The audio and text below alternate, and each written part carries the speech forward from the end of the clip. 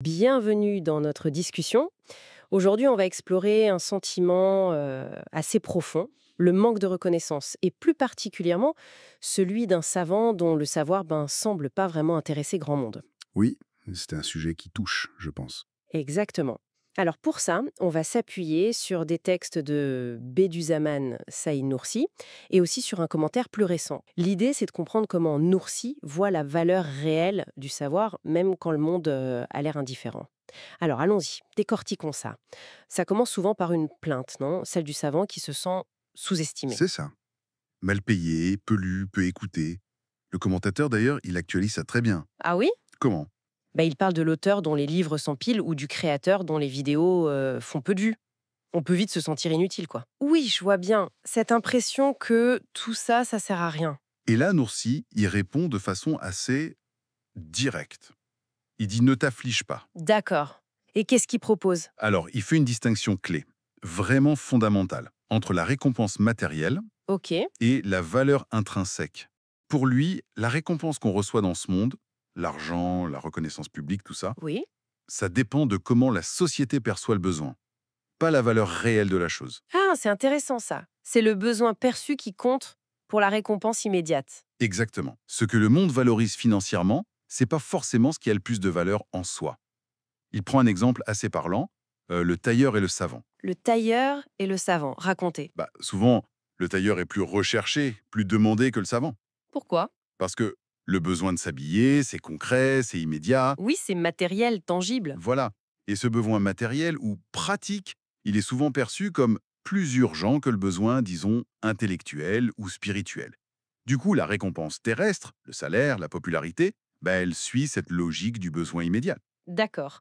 Alors, si cette reconnaissance-là est liée au besoin immédiat, euh, où se trouve la valeur réelle, selon Noursi? Eh bien, c'est là que ça change de dimension.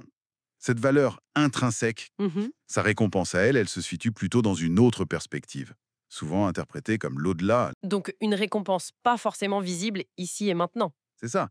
Le savoir, la sincérité, l'effort désintéressé, tout ça, ça serait évalué selon d'autres critères, dans une autre économie, si on veut. Et la popularité, alors?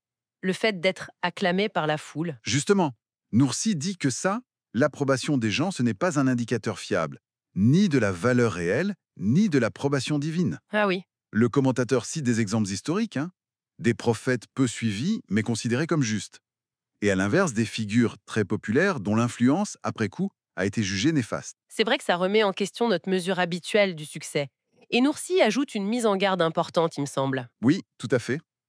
Une mise en garde assez sérieuse. Il dit en substance, attention à ne pas vendre ce mérite intrinsèque pour quelques sous de marchandises de ce monde. Ne pas le brader en quelque sorte. Exactement. Et le commentateur, il interprète ça de manière très concrète aujourd'hui. C'est-à-dire? Éviter l'hypocrisie, le riya, le summa, c'est-à-dire agir pour être vu, pour être loué. Ne pas tordre la vérité, ne pas compromettre ses principes pour gagner en popularité ou pour de l'argent facile. Et il parle de dérive contemporaine. Qu'est-ce qu'il pointe du doigt? Selon lui, on voit une tendance parfois à sacrifier le fond pour la forme, pour la visibilité à tout prix. Simplifier à l'extrême pour faire des clics, par exemple. Hmm. Ou orienter la recherche non pas vers ce qui est fondamental, mais vers ce qui est bancable, facilement médiatisable.